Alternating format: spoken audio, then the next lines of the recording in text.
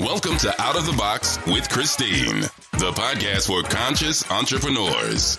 Are you willing to step into your greatness? Are you ready to shine? Well, get ready, Truth Seeker. You're in for an amazing ride. And now, here's the host of the show, Christine Blosdale.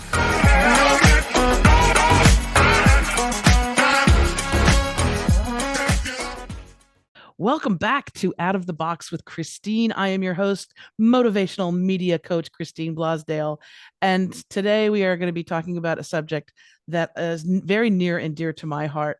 And with a lady who I recently met and was so impressed by, I said, you've got to come on the show and be with my Out of the Box listeners and viewers that are on YouTube.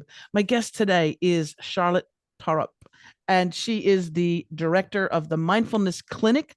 She has designed and facilitated mindfulness workshops endorsed by the Australian Psychological Society. She has helped so many people in so many ways come back to themselves and really get into that place of mindfulness. And we're going to explore that today. Thank you so very much for joining me today, Charlotte. Oh, it's my pleasure. I'm so delighted. Oh, well, and I was so delighted when I saw you speak. I had goosebumps. And when I have goosebumps, that's that's Christine's meter. That's like, right. Yay, yes, you need to share this wonderful wisdom with as many people as possible. So thank you again for pleasure. What was it that gave you goosebumps, do you think? Do you know what it was? You know what? It was, you were saying things that I already knew intrinsically, or, that maybe I was remembering, if that makes sense. You know it all. Yeah. Yes, exactly. And I think we're born knowing it all. We're born so close to God, so close to source. And then we get indoctrinated with school and dogma and religion and, what you should be, what you shouldn't be. Are you blue? Are you pink? Are you red? Are you green? And so I think it was just, that's what the goosebumps were, was that the things that you were talking about, I resonated with on a very deep level. Yeah. And I just think it's so important right now. So why don't you give our listeners and our viewers, give us a little bit of idea. How long have you been in the mindfulness business, as we say? I don't know. It's a funny one, mindfulness business, isn't it? Anyway, so I probably have been doing it for about 15 years. And my background is transformative learning. So how do we facilitate change? And then mediation, arts therapy, that sort of thing. And I was doing that thinking there's got to be something better than our traditional Western ways of seeing things. And so I was looking. And when I came upon mindfulness, I went, a bit like your goosebumps. It just felt like something that was on a cellular level, a truth about how things are, and a kind of a homecoming in a way, potentially stopping all the believing the best is yet to come and coming into my life. So I straight away thought this is going to revolutionize and change psychology, psychiatry, education, all of that. So I thought, how do we get it out quickly? Train psychologists, because that way they will pass it on. So I was part of that, which was just wonderful. And then thought the next place is the workplace, because you have a captured audience. Everyone needs to reduce their stress and become clearer in their mind and more kind and compassionate and in the workplace. And there they can practice together. So it's a perfect place to do it. So I did mindful leadership, mindfulness at work, mindful caring for early childhood, lots of programs that are now running in various places. Yeah. And, I on your at your website, the mindfulnessclinic.com.au, that's for Australia. There's something that you said, and it just like, as I was reading it, it almost like it lit up, like the words lit up. Right. And what I saw, and I love this. Mindfulness is becoming aware of our mind greeting the moment. Yes. It was like a moment. Yeah. Mindfulness is becoming aware of our mind greeting the moment. Because, Charlotte, we are so much in our mind. We think about things, the past hurts, people that hurt us, things that happened in the past, and we worry about the future. And this is why I think with Eckhart Tolle, the power of now is so important. But you put it all together here. It's becoming aware of how our mind is meeting the moment. In other words, how are you when you know that you have to do your taxes, or get up early in the morning and change the cat litter, or do something that you're not really completely, that you love doing, but how we greet that. This is life-changing because we can apply it towards our health, towards our relationships, towards the way our relationship with ourself as well. Can you talk about that? I just thought that was such a beautiful sentence. Oh, thank you. Yeah. Well, there's a few things to say about that. The first thing is that, this mind, our mind, has been formed based on our past and our survival drives, right? So if we don't notice this greeting and how it sits in relation to the moment, we just get more of the same. It just forms in the same kind of lanes, same grooves as it's always been formed. But if we start to observe and go, whoa, am I triggered here? Or boy, am I nervous here? Or boy, am I frustrated sitting at these lights? And yet, I might as well just take a breath and accept it, and then do something different, then we get more the same, yet there's an opportunity. There's an opportunity when we notice and we catch the old version of ourselves, the ego self, out, and go, it's okay, darling, it's okay. Now let's open up for what are the possible ways that we could be sitting here now, and that we could be functioning, that we could see this. And when I was so, I'm a Danish, so the whole thing with language is a really, big thing. So for a long time, I was so irritated by the fact that, which is delusion, by the word mind, thinking, we're just looking at thinking, because for me, my big thing in mindfulness is mindfulness of the body. And so when I then thought, oh my goodness, the Danish word minde, M-I-N-D-E, means memory. I went, ooh, now we're talking. So Then I went back to the old Pali scripts and realized we've actually translated the word mind from the word memory. So in effect, mindfulness is memoryfulness, or my past selffulness, if you like. So I'm observing the reactive self, which of course is formed around don't repeat the horrible, the dangerous, the awful, and do remember the lovely. So that's every experience I've ever experienced, everything I've ever experienced is kind of tagged in that way. And so what I'm observing in mindfulness is that reactive package, is that memory package, right? And some of it is very old. Some of it is formed around when I was 3 and 4, that really, as a much older person, no longer serves me. So unless I catch it, I just perpetuate it. Does that make sense? Yes, you nailed it. Yes, because so much of how we react in the world is based on those past traumas, hurts, abandonment, and yes, and it's the same thing like with relation, because I've done that before, where I've caught myself before I went down. I equate it to when you go down the spiral, like if you have water in a bathtub and you let the water out, it goes down the drain. And I've caught myself a couple times before I've gone down the drain of emotion and go, but what about this and that? Oh, they're cheating on me and they're doing this and this. I've been able to almost like pull myself away from stop time for a second and pull myself away from myself and say, wait a second, well, you don't know that. Why are you assuming that? Yes. Don't go down that drain, because you're just going to hurt yourself and you don't really know all the facts yet. Right. That's And right. it does make you feel like an adult. It's quite an amazing feeling when you can do that. But as you said, those neural pathways have been dug in, like those canals. And so super fast. It's super fast. So if you have abandonment issues and you are in a new relationship, the minute that they don't text you back, all of a sudden you're like, they're out cheating, or they've left me, or whatever, because those neural pathways are so deep. That's where it's going. So can you talk about how we can, what are ways that we can create new neural pathways, or maybe some ways we can stop going down that bathtub drain that I was referring to?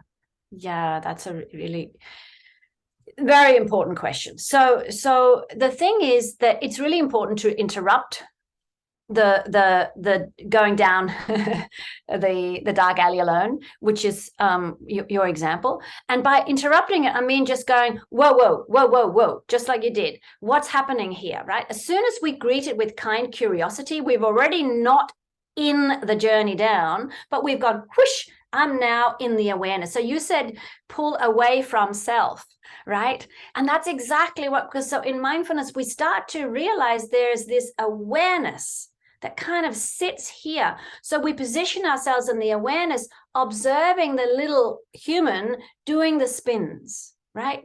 And when we can access that in the moment and go, oh, little human, this is going to be dark. Let's just interrupt it and then switch to something else. So let's just go, dear body, because the body's scared, because it's triggered. This is a bad situation. And we now know, much older person knowing this is a new relationship, that this body is just triggered because of past experiences and some associations being activated. So our job is to soothe this body, because all of that threat starts in the body first. So of course we should deal with it in the body first, right? Thinking is literally an afterthought. It's going, what's going on here? Let me try to work it out. But the body comes first. So therefore, I need to soothe it there first. And that's where the dear body comes in. So we go, dear body, I'm actually safe. It's okay. It's okay. So I soothe the body. And when things are calm again, we go, now the hardware's on, the prefrontal cortex is on. Now let me look at it actually realistically. What are the facts? Right. So that's one really simple way that we can interrupt. But we need two things for that. We need to be aware.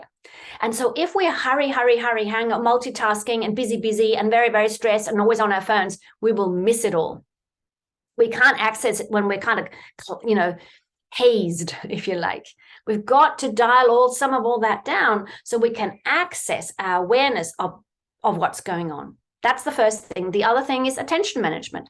I need to have a strong muscle in my attention management. So I notice, like I wake up at 3:30, I've drunk 3 of these cups before I go to bed, right? Got to do a wee. And then that time is dangerous time, because apparently it's something to do with the liver. I don't know. But it's a dangerous time for dark thoughts. So then with strong attention management, we are just doing a wee. That's all we're going to do. We're going to go, don't even open the eyes much, sit, do a wee, wash the hands, go back into bed. No, you're not thinking about anything. So that strong attention management is another part that's really useful. Whereas if we're close to goldfish, we notice it, but we can't hold it. We get sucked into the misery, right? That's why in mindfulness, we start by strengthening our attention muscle.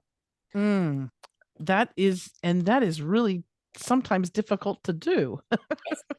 Well, especially since we have all these technology things and devices and all that. That's one thing though, because I've done that before where I have to get up like 3 times at night, I don't know if it's an age thing. I don't know if it's because I drink copious amounts of fluids, whatever it is.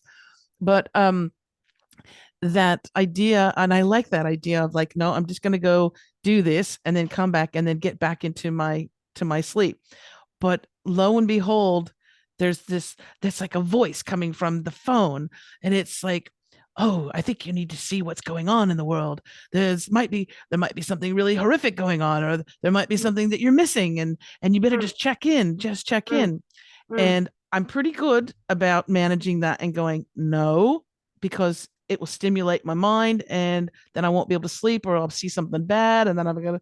But sometimes it wins, and it's like as soon as I look at that dang phone. Yeah, exactly. Yep. I'm like, what's going on in the Ukraine? What's happening with our water, the air supply, and am I getting enough nutrients? And I mean, I just go down that drain. Yeah. And I think, that we have, it's the dopamine squirts that, right, that we like. So we have to look at that addiction. There's no other way to see it. And we have to kind of make sure that we create, and I always do this, and I think we did it in the session you did, we fold the arms in one way, right? And we notice that's easy, and then fold them the other way, and you go, oh, I don't like that, right? But there's nothing wrong with folding the arms the other way. It's just the other way. And so that means that when we say, okay, I'm going to do the first hour and last hour phone free, it's going to feel awkward, but don't worry about that. That's okay. Like, when did feeling bad become a thing that we have to avoid all the time? No, It just means that actually we're not doing the habitual. We're breaking potentially some habitual, pathways and creating some new ones. That's all that means. And it feels a little uncomfortable when you first do it. Yes. It feels uncomfortable. Yeah. Yes. And that's when we need our big, girl pants and go, okay, feels uncomfortable. Freaking do it anyway. Right? Yes. And then distract yourself, find a way to go, okay, if it's very difficult in the beginning, then do something else, read something, go for a walk, dance, whatever. Absolutely. Absolutely. All right. So I'll be thinking of you when I come back.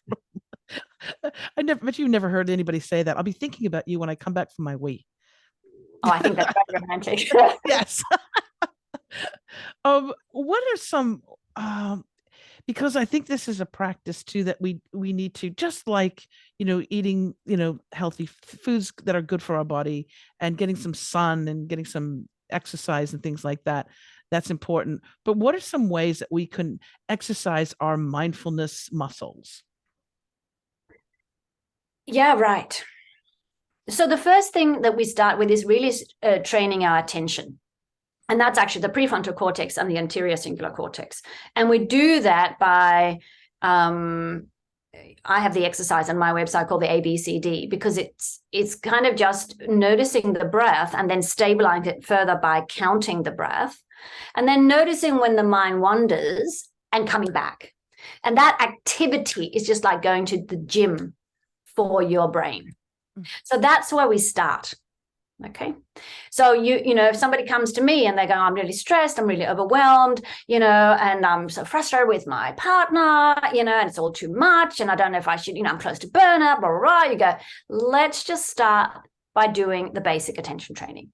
One of the side effects is it reduces our stress as well, right? Because we start to be able to go, kind of monotask more and go, no, I'm just focusing on this. So that's where we would start.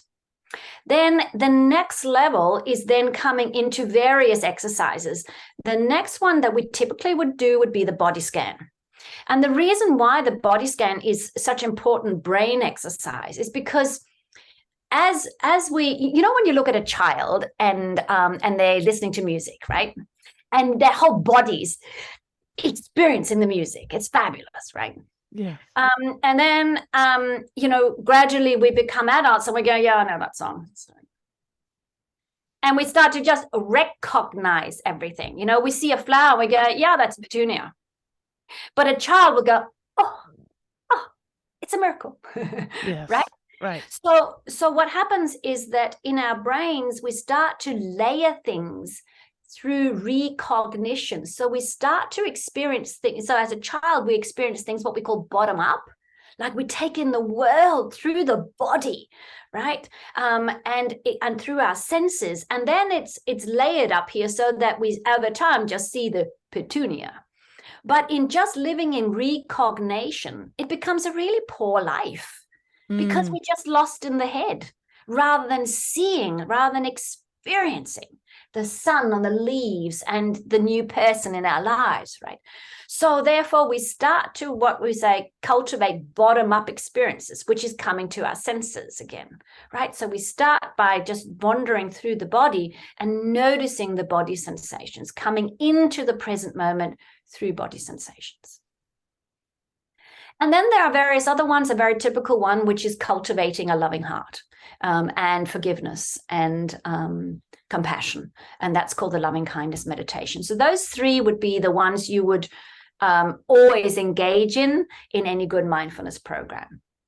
Oh, I love that last one too, about cultivating a loving heart as well. That's the loving kindness meditation. Yes.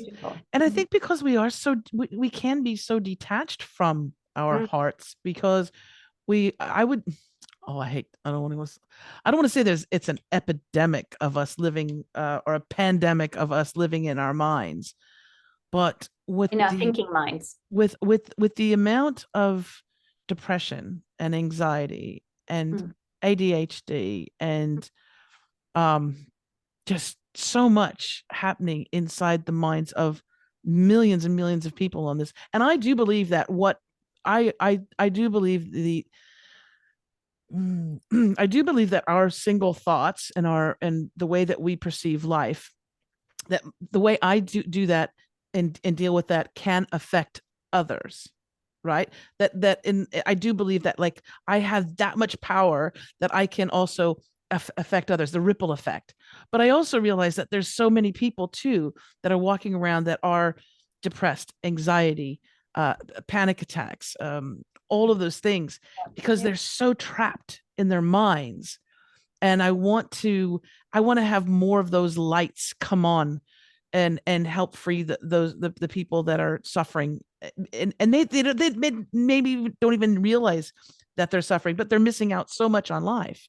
There's so many amazing things going on around them, but they're just trapped in their mind. I'm wondering, with the work that you've done, has that been something that you've been hoping to help alleviate? Or I know individually you can do that, but I'm hoping that, like, 100th monkey thing, where we can help everybody wake up a little bit and feel better. And I think, you're right, and we all affect each, we're actually contagious. So, when we spend time together, our subcortical areas in the brain synchronize, right? And so I'm actually doing some work right now back into working with early childhood child educators, because the forming of the little brains happen in relation to big brains, right? So when those little children, when they're with stressed parents and stressed siblings and stressed teachers, they don't have a freaking chance, right? Yeah. So that's where I think very important work lies, because I think it is so much more than a personal issue. It is, as you say, it is our culture, and there are many reasons for this. It's layered, I think. The bigger gap between rich and poor, the more anxious we're going to be, right? Absolutely. The more we're living in the delusion of the next, and more and more and more, and then happiness.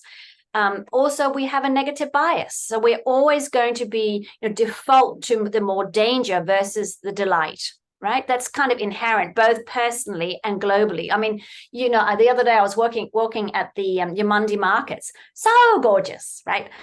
And gorgeous people and so much creativity. And I was thinking, there's a cloud over us, and that's Putin, right? That's one person, right? That can actually, affect things that, people, it's quite interesting. Anyway, that's the negative bias. And then coming into, the word Buddha means awake. And so, when we're lost in thought, when we're lost in ourselves, because that's what the thoughts are preoccupied with, we are not awake, we're lost, right? And so mindfulness and Buddhist psychology is about waking up to the fact that I am freaking safe. If you know what I mean. Like, I am. So, if I'm sitting here being anxious right now with you, then mindfulness would be for me to go, hey, body, we're actually safe. This is a nice girl. She's going to edit out if I say some really bad things. It's okay. It's okay. That's waking up. So going, the body is scared. My job is to soothe it. And then I do that through dear body, longer out breath and in breath, make sure I sleep enough, make sure I exercise, make sure I eat, healthy food and reduce the toxins. they're the basics, unless there is, of course, an urgent matter or there is mental illness, right? Then it's a different, but, for most of us, it's kind of, a lot of anxiety and depression starts very gently and then escalates, right? So ideally we nip it early on and go, make sure you walk, make sure you sleep well, make sure you do your mindfulness training, make sure you reduce your toxins. And if you're already anxious, don't drink coffee, just don't, because it doesn't help your system. That and alcohol. Yeah. I find. Yeah. Oh, no. Well, and this is something too that's interesting to me. You have some folks who are able to, even though they may have a rough day at work or things might be tough, they can pick out the things that are going right in the day, right? Or they can go, well, at least, hey, they have a positive outlook on things, right? And then you've got the people who, no matter what, will find something negative, something negative to point out. This person did this or that person. And I would think that with the work that you do at businesses and corporations and things, when it's a work environment, that this is probably something that you would deal with. Are the folks too that see, because we can look at something and I could see it one way and someone else could see it in a different way. Although I am holding a blue pen, I don't know how different we could go, but maybe someone seeing me hold this, they would think you've got a weapon in your hand. Whereas I'm like, no, I'm writing a letter. I'm writing a love letter. So can you talk about that? About, especially again, is that because we're not being mindful because we're seeking out the negative or the things that we want to point out as being bad, quote unquote? And I think there's a lot to say. I mean, I could never do that topic justice because I think there's so many angles we could go. We only have so long for the show. Yeah. Right. But research shows that we're born with a slight disposition of either being, a little bit more negative, glass half, empty, or half full, that we're born that way. And we can adjust, those set points a little bit, but we'll always have the disposition. So that's one thing. The other thing is conditioning, right? So that, if we've had damage, if we're in a relationship where we don't feel seen, we can easily become very contrary, right? And then we don't want to, we don't want the other one to bring. So I think a lot of it is in dynamics. If somebody's always, oh, come on, you can do that. My position is no, because you still haven't seen me. You still haven't. So I'm not going to give you the credit of being freaking happy, So it becomes a power struggle almost. And I might be very happy with that person, but not with you. So I think, there's some really beautiful research around, from social neuroscience called the SCARF model that says, in all relationships, we can there's 5 domains that we are either in surplus with or in threat, that sends us into threat. And the first one of those elements is status. Like, do you see me? Do I feel seen by you? And in relationships where we don't feel seen, when they then do ask us a question, it's very easy to just go, oh, I'm not going to freaking say anything, right? Because my bucket is empty and I'm already in threat, right? So I think a lot of it is dynamics. And then, of course, the more we've cultivated misery, the more it becomes our reality. Those neurons are now the ones that are trained. And so even when we're by ourselves, we're still miserable. But we have it all. So if we're very, if the victim voice is very dominant within us, it is useful to know that there's a space within us that's free of it as well. Oh, yes. Right? There's a space that goes, I'm the voice that's free of the victim. I'm the voice of freedom, for instance. I'm the voice of confidence and optimism and joy. And, what does that feel like, right? So to toy with the idea of self in a much more spacious and dancing way than fixed in any way. And I think the key is not being fixed. That's the thing, is to be able to play with that. And catch yourself out, right? And go, whoa, in this dynamic with you, I keep being this cantankerous old version of myself. what is going on, right? What is going on for me? What is triggered? How could I step into more ownership about that? Or perhaps take some space from you, recalibrate and come back. How do I want to sit in relation to this? That is so important because we are such reactive beings. We react, right? That's what I was talking about, like catching myself going down the spiral. It's a reaction to something and not thinking super clearly. It's that knee-jerk reaction. Yes. Right? It's that knee-jerk reaction. And it does, I find that in my observing others and myself, much of that, that knee-jerk or those synapses that are dug in so deep, right? Those canals is from childhood stuff. It's from childhood things. And it's stuff that could be just something that happened on the schoolyard, one day when you're 8 years old. Absolutely. It stays with you. It stays with you, and your subconscious is very much aware of it. Your conscious mind is saying, no, of course I want to be successful and I want to have a happy relationship and I want to go on holiday and all these, but that subconscious mind is still playing those stories that we had. So that those ages, and I think you said it earlier, and it's so important, between 0 and 5, 5 to 7. 5 to 7, and I would even say also while in our mama's bellies as well. Before, absolutely. I mean, absolutely, because if mom is stressed, if mom is unable to pay the bills, or is dealing with a spouse that is abusive or ignores them, that is going to impact and affect the baby, who will eventually become that child who also feels maybe abandoned or ignored as well, right? Yeah. And I think, when we really get that, then we go, well, there is nothing left to judge then. Because it's not my fault. It's nobody's fault how this is stored.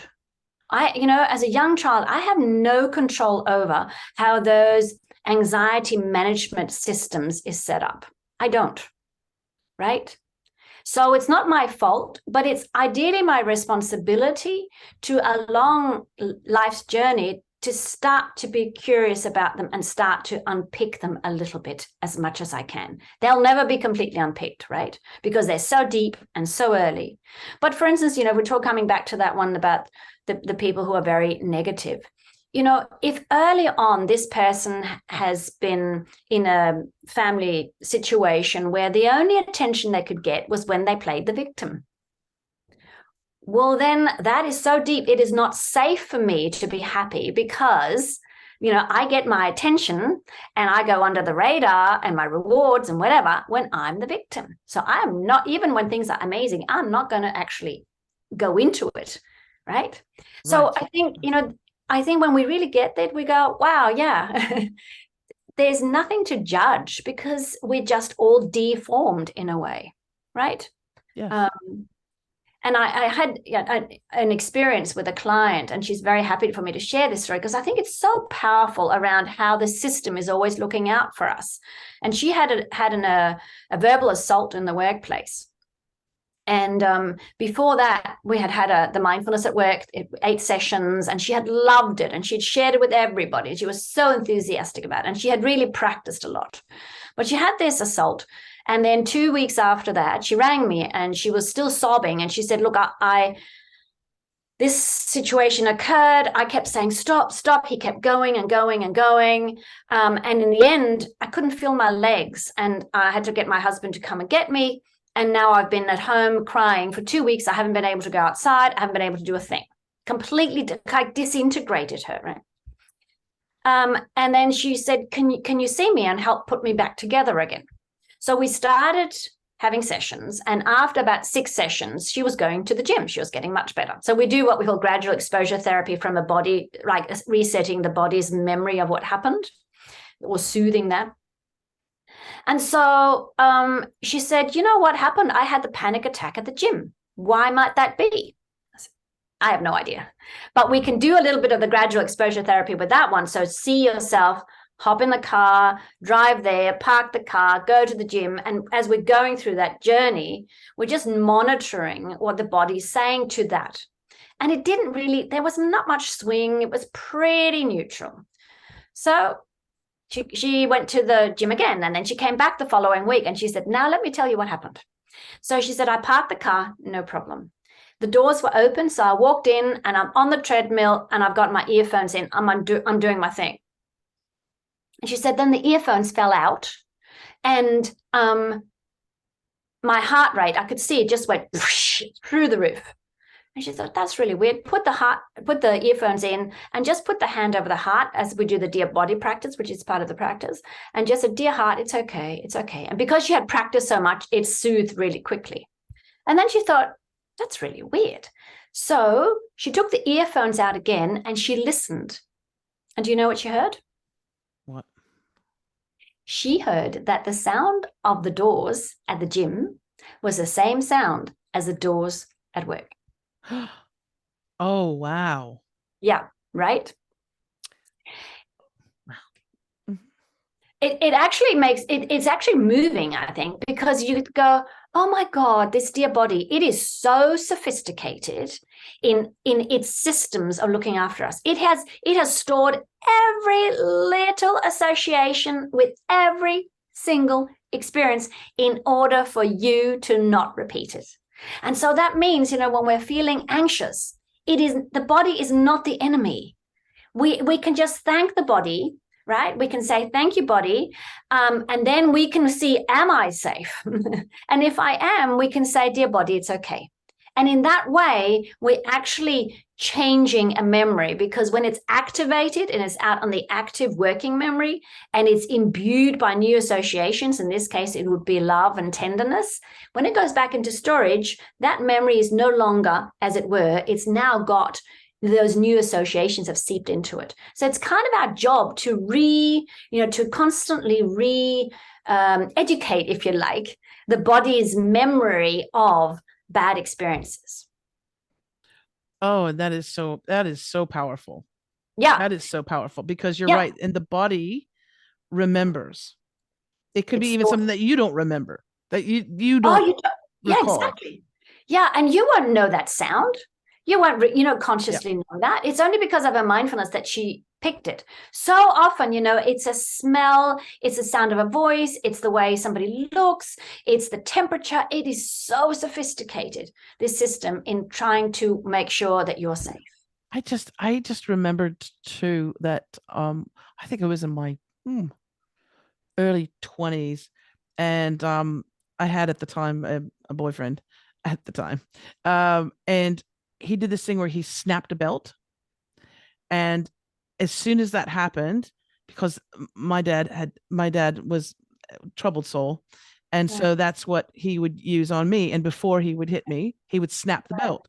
And I recall the feeling that I got, and it was my body that reacted first. Yes. And then, of course, I said, don't you ever do that again. But it was as if I was that child again. Absolutely. And like that. The terror that you have, and all the emotions, but like on a physical level. Absolutely. Just from that sound. And I can understand how people are triggered as well from the sounds, from smell. Yep. From scent. The opening of a beer bottle. Somebody said she had a friend, and every time we did, she was back in her childhood with her father drinking, right? Yes. Oh, I know the can one. That's what. Yeah. Wow. That is, and so again, to parents, like those impressions that your children have at such a young age lives with them, lives with them for the rest of their lives, unless they have the ability also to be mindful and to go back and to calm the body down, and to say, I'm not that little child again. I'm not, I am loved. I am loved by the universe. I'm loved by my family here. Yes. All those things. And it's also having, I find, it's having that faith that the universe, God, love, whatever you want to call it, that it's got you. Like, you know what I'm saying? Like that's something that's helped me throughout my life, is just that feeling of no matter what, I feel like the universe, again, God, my angels, whatever, Right. it's got me. It'll carry me through. Right. And I don't know if that's a mindful thing or if that's um just something that I've developed over the years. But do you have that as well, that you're even in the crappiest, worst situation, it's like I'm going to be all right. Yeah, it's an interesting one because technically speaking, no, it's not mindfulness. But but if I know that everything in this system changes all the time, the constant is the awareness, right? Right. And then I go, well, actually, and I can be rational enough to go, well, I know I've experienced some really difficult things, and actually I know that I've grown from it, and I know I can cope. So even if it's that, and go, you know what, girl, this is stretching you, and this feels like you don't want to be in it now, but you know how it's going to, this stuff that brings us to our knees, boy, is that going to open our hearts, right? So for that, like giving a bigger context like that is also useful. And if you then believe the universe, or I probably have a problem with the universe because I have a very ill sister, and there's nothing in the world that she could do that would make it okay. Right. And I also have lived in Africa as a child, and I have seen poverty. At that time, it was little stick legs with big tummies. The poverty was so bad. There was no universe that had anyone's back there. Right. So I don't sit with that one. I sit with having faith in the good, the good and the willing heart, but also in the not knowing. We don't know what's going to happen. Like, what my idea of good is only limited because I don't know the big picture. I don't. So even when something hurts, you can go, okay, I don't know what's happening with me, but I am trusting that I have the ability to hang in there, and I will be reborn, if you like. I will morph in the washing machine of change. It's giving you the power. Yeah. Well. It's giving you personal. The power, which is, I because again, we can become victims of life as well, but it's also giving you the power that no matter whatever it is that I'm going through, I will survive this. I will come through this. Yeah. Yeah. And yet, and this is the funny thing, Christine, is that it isn't personal. Yes. you know, like, yes. What happens to me is not personal, but also that I have the ability to do that. I can't take credit for that. I can just, thank my whatever and go, I had good parents. I had good grandparents. I was born in Denmark at a certain time, got a certain education. I am blessed. And therefore I have the resources. I know that some don't. Yes. And that I can't make that a personal thing. It's you can't judge others either for that. Absolutely not. Yes, exactly. Yeah. And that's also, that's having an empathetic heart as well. Yeah, because we know it isn't anyone's fault. No. Empathy I think is like a superpower. That's why narcissists, like, I really do think there should be another planet for them, and and they all need to go there, because if you lack empathy, oh my goodness. There's so much destruction, right? So much suffering, so much unnecessary destruction. But then again, it's a bit like, we when we know the early damage on children, we go, yeah, but there's no way to create a childhood without it.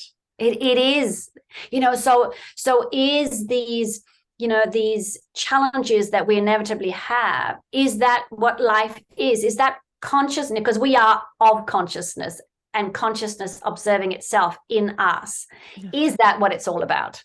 Like, consciousness experiencing itself in many different forms.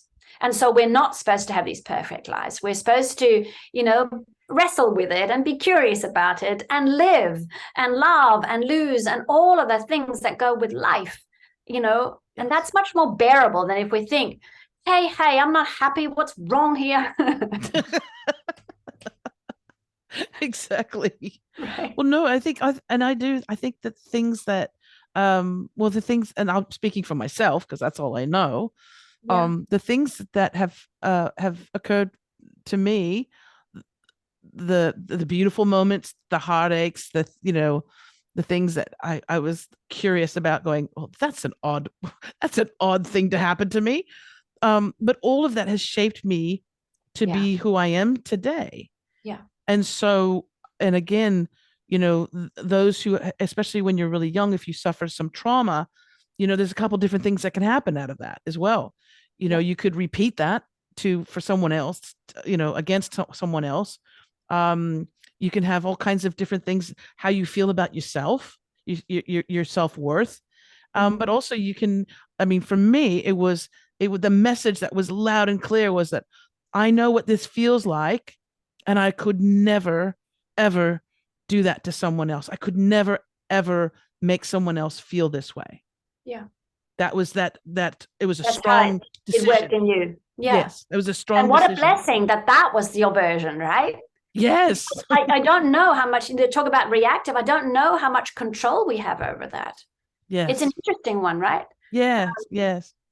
Because I remember years ago, my son and my sister's little girl are the same age, where my sister has been really ill with epilepsy. So she had lots of fits while she was pregnant. So the little girl is really damaged. So brain damaged, spastic, autistic, everything you can think of. And so we're sitting, these two little 3-year-olds on either side of me, and we're reading a little book. And read it once. And then, as 3-year-olds do, they go, can we do it again? Again. So we're reading it again. And my sister's little girl, Louisa, she says she remembers the next page. She remembers something that was read on one of the pages. And even though, because, part of the autistic, she remembers things. So anyway, she says something. She says, oh, that was a bear or something. And my son, he says, oh, Mom, she understood it. Right? He was so excited. It was a spontaneous, absolute delight. No, she's not that damaged, Mum. It was kind of that, right? She's not. She gets it. She's all right. She's normal, and so I can see now in him as an adult man, how much empathy he has. It's so in every cell of him, right? And it was ignited through those experiences of having a very disabled cousin. Right. So, when we push away people who are different, whether that be old or, I think, we forget who we are, right? Yes. And who we should be. I can't remember why I'm saying that. I don't know, but I liked it. Well, because clearly forming. Well, this is why I wanted you, also because I feel like we're kindred spirits when it comes to that too.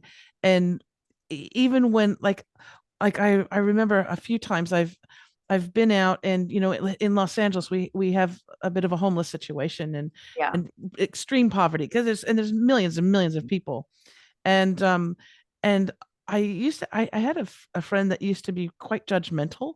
And they're not my friend anymore, but it was like, why are they homeless? They should get a job, or they should do that, or why are they panhandling, asking for money?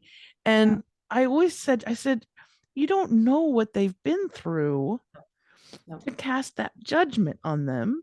No. And I said, and you've separated yourself. We as human beings separate ourselves from the haves and the have-nots, right? Yeah. The Catholics and the Protestants. The Irish and the English, the Democrats and the Republicans, and all the stuff. Mm-hmm. It's this separation, the us and that versus them. Yeah. That I never understood fully. Because then you're blessed. You're blessed. Right? Because I don't know if you've done anything with Ken Wilber, the philosopher, but he explains this so well. And I think this is, talk about alleviating suffering, because that's kind of the Buddha's message, right? Yeah. That is to say, we've got these developmental levels or consciousness levels that we operate in, and the lowest level is the egoic, right? And we're born in that. It's all about me. I'm the center of the universe, right? Give me. I want that. I don't like that. And it's all about me. So the narcissist is kind of stuck on that level in many ways, right? And that, narcissists are difficult, but they also experience a lot of suffering because there's not much yes. fun, right? Oh yes, yeah. And the next level is then so this is the egoic. Then the next level is the ethnocentric, or the teams or groups or countries, or, and so he says very clearly, he said all wars start from those lower levels. So it's not about religion. It's not about borders. It's about a consciousness level that sees other humans from that perspective of them and us, as you're saying. The next level up is world-centric, where we go, oh, we're all on this world, in this world together, and we should try to get along. And we know there's no one who's more important, really. We're all the same, irrespective of skin color and sexual preference and all of that kind of thing. We're just one mush of humanity, if you like, right?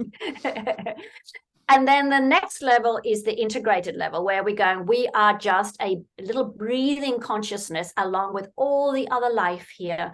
How do we ensure, when I'm in that, I'm aware of the butterfly effect, right? I'm aware every thought, every moment, every sip of tea, everything is integrated with everything else. What does it take to create this tea here? The tea plantations in, wherever in the hills of Sri Lanka somewhere, right? And somebody's picked those and dried those and transported. It takes earth and water and sun and all of that.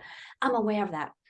And so we want to come into that way of understanding things in order to not contaminate the earth any further, and also to treat each other as just the same, but playing with this thing of being a human. So still needing to protect and have our boundaries in that healthy way, and yet knowing you are not another. It's the delusion of the mind, if you like, of the ego mind, right? Yeah. I like you, Charlotte. Yes, and that's how also, like, what you were talking about in those lower egoic and the teams, that's how slavery was able to, because it was, they are less than, so we can do this, right? Yes. And then for so long, women in the world and in history, it still is perceived in some places as well that women are less than. And so we've got to help raise the consciousness. And I think we just did with this show. We just raised it just a smidge. Charlotte, I want to thank you so much. How can people find out more about you, reach out to you? I understand too, you've got some wonderful resources for folks to jump into. Resources. Yes, thank you. So the website is www.themindfulnessclinic.com.au. And there's lots of audios, there's lots of videos, there's lots of free resources. We have an advent calendar coming up. So for Christmas, I also have a book coming out early next year that's called Dear Body. So I'm really excited about that. So there's lots of good things, and I love having good conversations. Also, like this one. And if anyone wants some coaching or interested in bringing it to the workplace, or would like to join us in retreat, we've got Provence coming up, we've got New Zealand coming up, we've got Bali coming up next year. So lots of exciting things to happen. You're going to Provence? Yes. Can you bring back some herbs de Provence, because they don't have them here in Australia? I'll get you a big bag. Okay, good. My mother used to cook with them all the time, so I love them. It's good. Yes. Oh, thank you so much, and please, you're welcome back on the show anytime. Especially maybe when your book comes out, you're welcome to come back out. Okay, perfect. We'll have links to Charlotte's website, themindfulnessclinic.com.au. Link will be in the show notes so that you can just click on that, or you can remember it. You can go. I want to also thank you, wonderful listeners on Spotify, Apple Podcasts, all the major podcast platforms, the radio station in Los Angeles. I also want to thank you for subscribing to the YouTube channel. We've got more and more people coming on. If you're watching this right now, you can see my lovely guest today, Charlotte Thaarup. Thank you so much, Charlotte. And I want to remind everybody, if you want more information about this program, you can go to outoftheboxwithchristine.com. Until next time, as I always say, remember to think outside of that damn box. Bye. So important. Yes. Thank you.